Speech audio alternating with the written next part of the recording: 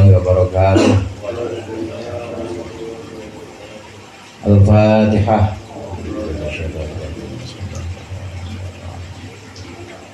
Iyyaka na'budu wa iyyaka nasta'in ihdinas siratal mustaqim siratal ladzina an'amta 'alaihim ghairil maghdubi 'alaihim waladdallin.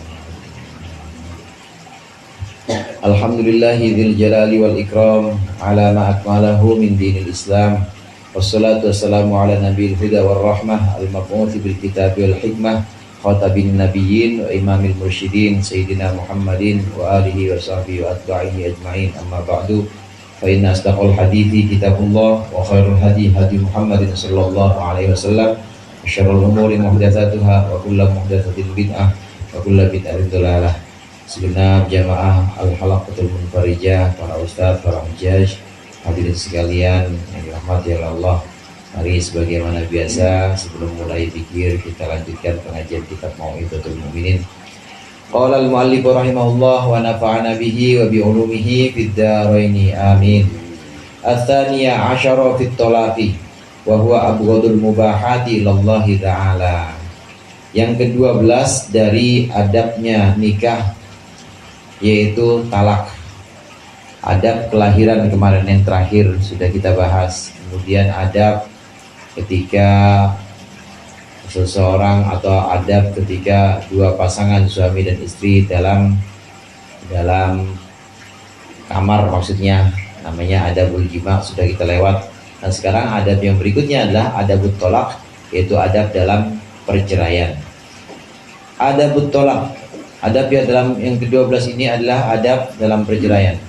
Wa huwa abghadul mubahati, dan talak itu adalah abghadul mubahati, perkara mubah yang paling dibenci Allah Ta'ala, di sisi Allah Ta'ala. Wa innama yakunu mubahan, dan hanyalah talak itu menjadi boleh idza lam yakun fihi ida'un bil batil, ketika tidak terjadi dalam talak ida'un bil batil, menyakiti bil batili dengan cara batil.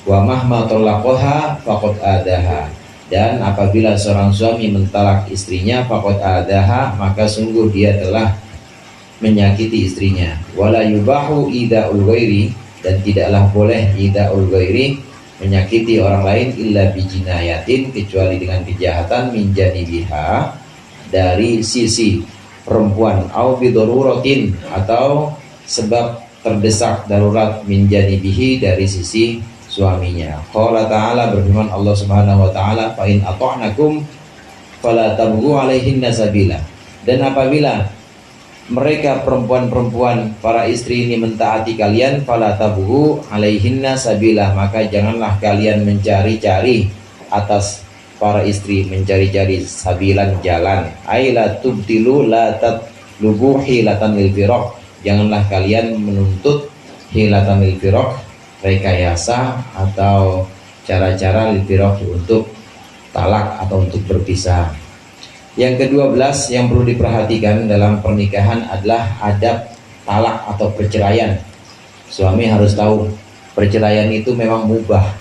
Perceraian adalah sesuatu yang diperbolehkan.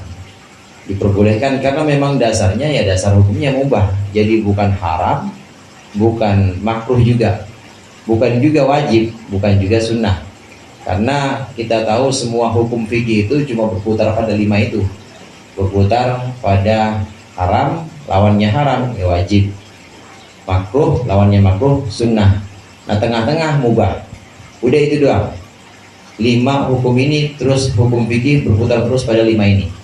Nah statusnya, status dari talak, status hukum dari talak itu awalnya adalah mubah. Namun di sini dengan catatan, meskipun talak itu perkara yang memang mubah hukumnya, diperbolehkan dalam agama, tapi catatannya di sini ini adalah abghadul mubahat atau abghadul halal. Abghadul halal sabdanya Rasulullah. Ini perkara mubah atau halal yang memang dibenci oleh Allah. Kenapa dibenci? Karena memutuskan silaturahim, karena memutuskan persaudaraan yang asalnya kenal dekat benar, orang sampai punya anak 5 sih udah dekat benar kan, sama mertuanya juga dekat, akhirnya bisa begitu aja kan, namanya memutuskan persaudaraan. Kemudian yang kedua, kenapa dibenci oleh Allah. Meskipun ini halal, kenapa dibenci? Karena yang namanya talak atau perceraian ini pasti membuat dari sisi suami, dari sisi istri, ini membuat hilangnya ismah atau hilangnya ismah itu keterjagaan. Jadi status terjaga yang asalnya dihormati orang, hati-hati orang kalau melihat dia udah punya suami, ada suaminya. Begitu juga kalau orang laki, hati-hati kalau melihat dia orang ada istrinya. Itu pasti benar-benar dihargain. Kalau jadi imam juga beda, yang punya istri sama yang nggak punya istri, yang duda sama yang janda, yang duda sama yang punya istri, ini juga beda. Karena diperhatikan di situ ada ismah atau ada terlindung karena ada nikah itu terlindung dari keharaman-keharaman. Tapi begitu firaq atau begitu talak, maka hilang itu ismahnya. Boleh, tapi catatannya di sini adalah abwadul mubahat atau abwadul halal, perkara mubah yang dibenci oleh Allah. Nah, hadirin sekalian, di sini diperbolehkannya talak ini dengan catatan. Catatannya, kalau orang laki mentalak atau menceraikan istrinya, maka syaratnya itu tidak boleh menyakiti dengan cara yang batil. Menyakiti dengan cara batil ini maksudnya tidak ada alasan apa-apa, nggak ada kesalahan apa-apa, tiba-tiba ditalak begitu aja. Nah, ini namanya menyakiti perempuan dengan cara yang batil. Nah, ini yang nggak boleh. Kalau ada alasannya boleh. Alasannya karena perempuan ini nggak pernah sholat sih, disuruh sholat juga nggak pernah mau, atau ngelawan mulu sama suami. Ada alasan-alasan yang bisa diterima oleh syara, bisa diterima oleh agama, maka boleh. Ini mubah hukumnya. Kemudian dalam Islam itu juga dijelaskan, dalam Islam itu juga dijadikan sebagai batasan, tidak boleh menyakiti seseorang kecuali karena kejahatan yang pernah dilakukan oleh orang itu. Karenanya ada kisos, adanya takzir, ada hukum kisos, balas sesuai dengan pidana atau kejahatannya. Ya, kuping balas kuping, tangan balas tangan, atau kalau enggak itu di bawahnya ada yang namanya takzir, hukuman takzir, atau kalau enggak itu ada yang namanya zaman Sayyidina Umar itu udah mulai ada yang namanya penjara juga ada. Itu kejahatan-kejahatan di penjara kan nggak enak. Begitu juga dipotong tangannya juga nggak enak. Boleh nggak? Boleh, atas dasar dia melakukan kejahatan. Nah, demikian juga kalau kita tarik pada kasus talak ini, menyakiti istri dengan cara talak itu diperbolehkan dengan syarat istrinya memang melakukan sebuah kejahatan. Kejahatan yang dimaksud di sini kejahatan yang hubungannya dengan ketaatan pada suami atau hubungannya dengan ketaatan pada Allah dan Rasulnya, maka boleh, syaratnya seperti itu. Atau satu lagi diperbolehkan juga bidorotin min janibihi, dengan cara atau dengan keadaan darurat, terpaksa suami ini harus talak, terpaksa suami ini harus menceraikan dia. Apa dicerai? Disuruh bapaknya. Maksudnya bapaknya suami. Boleh kalau bapaknya suami, karena suami itu harus nurut sama bapaknya. Tetap yang namanya suami harus nurut sama bapaknya. Tapi kalau istri harus nurut sama suami. Kalau suami harus nurut sama bapaknya. Karena pernah terjadi, Sayyidina Umar ini pernah nyuruh Abdullah bin Umar, anaknya, nyuruh ceraiin tuh istri kamu. Langsung ngadu pada Rasulullah, ya Rasulullah, ini gimana, saya suruh ceraiin sama bapak. Katanya bapak nggak demen nama itu. Ati' walidak, kata Rasulullah, turutin, taatin walid, taatin orang tua, taatin bapak. Karena sungguhnya hakul walid muqaddamun ala haqqi zaujat. Haknya orang tua untuk suami ini, haknya orang tua ini harus lebih didahulukan dibanding haknya si istri.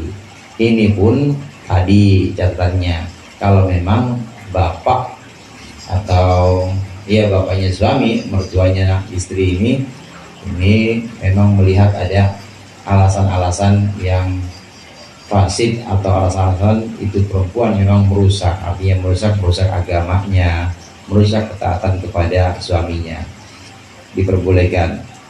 Wa in karihaha abuhu, nah ini juga nih, ini yang tadi kita singgung. Wa in karihaha abuhu la li gharadin fasidin falyutalliqha birran bihi.